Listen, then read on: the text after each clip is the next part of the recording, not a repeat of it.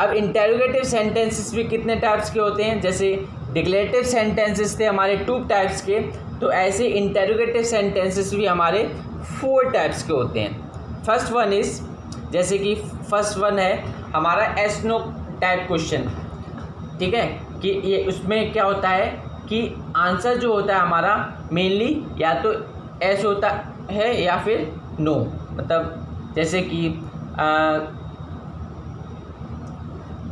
Are you going to take tea, क्या आप चाय पीने वाले हैं, तो हमने बोल दिया कि आपको क्या बोलना है, आप जाने आप चाय पीने वाले हैं या नहीं, यस या फिर नो, क्लियर। नेक्स्ट जैसे कि are you ready to go to school, क्या आप स्कूल जाने के लिए तैयार हैं, तो अगर हाँ तो यस और नहीं तो then you can say no.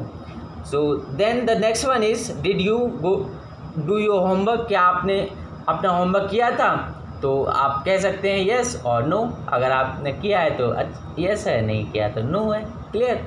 अब देखिए the next one is WH question, मतलब ठीक है ये तो एस नो टाइप क्वेश्चन होगा फर्स्ट पार्ट हमारा। नाउ आप the next one is WH question type, यानी कि जिसमें WH से वर्ड्स स्टार्ट होते हैं, जैसे where, when, how, who, when, why, which and last one is how. How में क्या होता है WH से स्टार्टिंग नहीं होती है, लेकिन ये क्या है WH टाइप क्वेश्चन होता है। अब इस टाइप के क्वेश्चन जो होते हैं इन सेंटेंस इन वर्ड्स से बिगिन होते हैं, तो इसका जो आंसर है, रिस्पॉन्स है, वो मतलब एलेबोरेट हो सकता है, केवल जैसे हमने जैसे लास्ट सीखा ना एस नो टाइप, तो उसमें ये आंसर जनरली येस होगा या नो होगा, लेकिन इसमें क्या हो सकता है, इट कैन बी एक्सपेंडेड, ठीक है, the answer will be in the comprehensive form as well, यानी आंसर जो हमारा कंप्रिहेंसिव फॉर्म में भी हो सकता है, पैराग्राफ की फॉर्म में हो सकता है, ठीक है। इसको पैराग्राफ की मतलब कोई बहुत लंबा आंसर भी जा सकता है, जैसे हमने किसी ने पूछ लिया tell me something about yourself, मतलब चलो tell me something about yourself हटाते हैं अभी, जैसे अगर हम क्वेश्चन पूछें what is your, who is your class teacher, तो आपको अपने क्लास टीचर के बारे में बताना है। तो अब जब उन्होंने पूछ ही लिया है कि आपके क्लास टीचर कौन है, तो who is your class teacher, तो आप बताने my class teacher is Vandana ma'am, and फिर आप उनको और भी अगर आप उनकी खूबियाँ बताना चाहें तो वो भी बता सकते हैं, that she teaches very well and we and whenever she comes in our class we get some positive vibes from her, and then after she teaches us very well, and whenever she departs she just thanks all of us for just listening to her, and she is really having a quite great behavior, so we just respect all our teachers.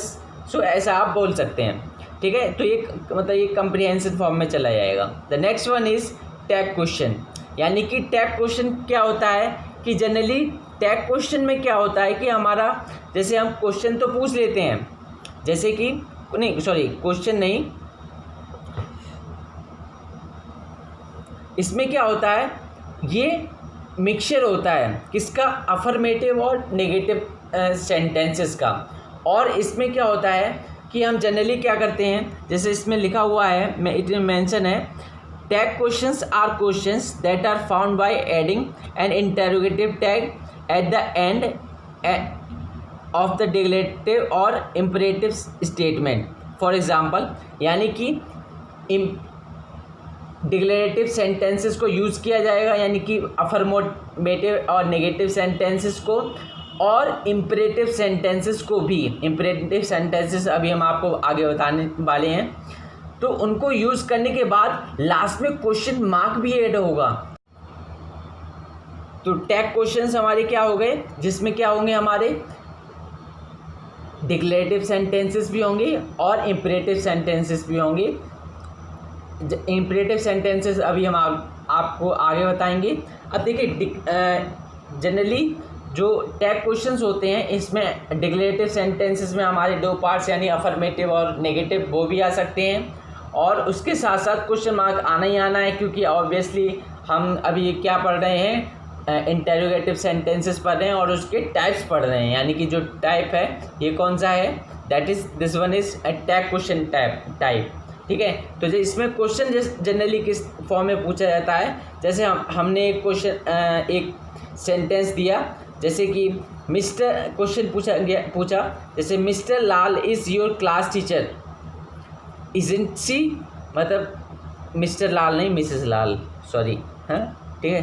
तो missus Lal is your class teacher, isn't she, मतलब इसका पहले तो हम जान लेते हैं इसका मीनिंग क्या है, what's the meaning of this question, मतलब इसका ये कह क्या रहा है हिंदी में, हमें पहले हिंदी तो समझ में आए इसकी, तब उसके बाद हम आंसर दें। तो mister Lal is your class teacher, mister Lal आपके क्लास टीचर हैं। इजंट सी, तो जो क्वेश्चन कॉमा के बाद इजंट सी लिखा है तो इसका मतलब होता है ना। तो इस कंप्लीट सेंटेंस का क्या मतलब हो गया, मिस्टर लाल आपके क्लास टीचर हैं, है ना। तो जब इस तरह से क्वेश्चन आपसे कोई पूछे कि जैसे कि आप एक गुड स्टूडेंट्स हैं, you are a good student, aren't you, तो ये क्या होता है, ये क्वेश्चन तो आप क्या कहेंगे, यस आई एम, हाँ मैं एक अच्छा स्टूडेंट हूँ। तो आपने रिस्पॉन्स दिया, आंसर दिया, यानी कि इसका मतलब उन्होंने क्वेश्चन पूछा था। ठीक है, ऐसे ही वो हमारा मिसेस लाल के बारे में हो जाएगा कि क्या वो आपकी क्लास थी, है ना। तो आप कहेंगे yes of course she is. तो and the next one is Maya does not speak French fluently, does she.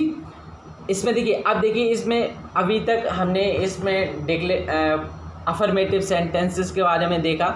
Now अब क्या आता है हमारा, Maya doesn't speak French fluently, does she, मतलब माया फ्रेंच को फ्लुएंटली नहीं बोलती है।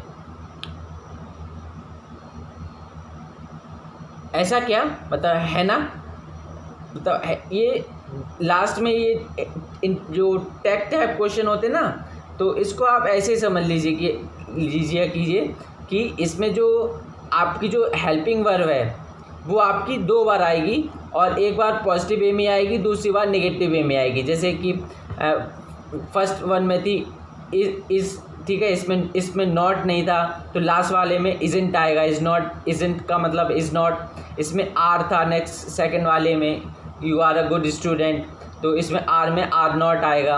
अब डजंट है, अब ये ऑलरेडी नेगेटिव है, डज नॉट, तो फिर इसमें क्या आ जाएगा, डज। अब देखिए the next one is you can drive a car, यानी कि आप एक कार ड्राइव कर सकते हैं, कांट यू, है ना। तो आपको बोलना पड़ेगा यस आई कैन, हम कर सकते हैं। तो नेक्स्ट है she likes to travel, doesn't she, उसको ट्रैवलिंग करना बहुत पसंद है, उसको मतलब घूमना फिरना बहुत पसंद है ना। तो आपको पूछना yes ma'am of course she loves to just travel a lot and even she had just traveled to many places,